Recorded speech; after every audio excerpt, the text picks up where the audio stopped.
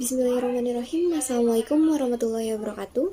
Saya Septia Cinkartika dengan NIM 1192020219219 dari kelas PAI 6F akan memaparkan tentang pemasaran pesantren. Dalam penjualan barang dan jasa, hasil pendapatan itu tidak terlepas dari bagaimana yang dilakukan oleh penjual atau pemberi jasa.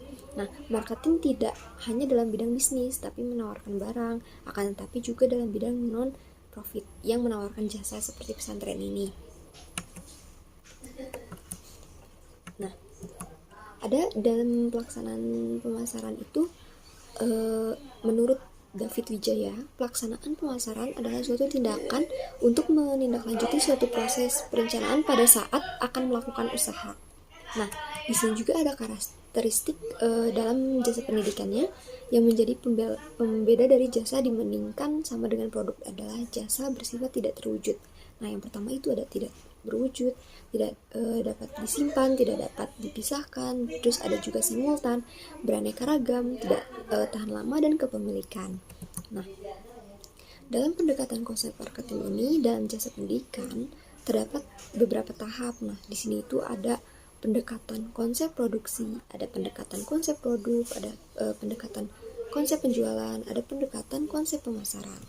Nah, dalam pemasaran pesantren di beberapa jenis pesantren dalam konsep manajemen pemasaran itu ada 3 unsur yang penting yang selalu diperhatikan. Ketiga hal itu tuh akan menjadi hal yang penting dalam konsep pemasaran ini.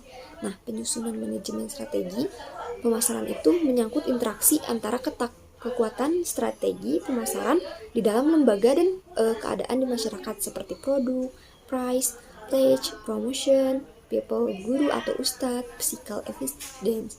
Nah, pemasaran di sini itu bisa melalui brosur, melalui grup WhatsApp, lalu juga bisa dari alumni-alumninya atau masyarakat sekitarnya yang tahu. Nah, dalam analisis juga dari pemasaran pesantren di beberapa jenis pesantren itu ada pesantren yang merupakan lembaga penyedia layanan pendidikan, terus ada juga sedangkan masyarakatnya itu penggunaan layanan pesantren atau pengguna sebelumnya gitu. Nah, pertumbuhan lembaganya itu termasuk pesantren mengalami peningkatan yang cukup signifikan. Nah, pada dasarnya jasa itu tidak hanya tentang produk, tapi pesantren juga ada pemasarannya untuk meningkatkan daya tarik orang-orang untuk ikut dalam pesantren. Cukup sekian yang dapat saya sampaikan, kurang lebihnya mohon maaf. Wassalamualaikum warahmatullahi wabarakatuh.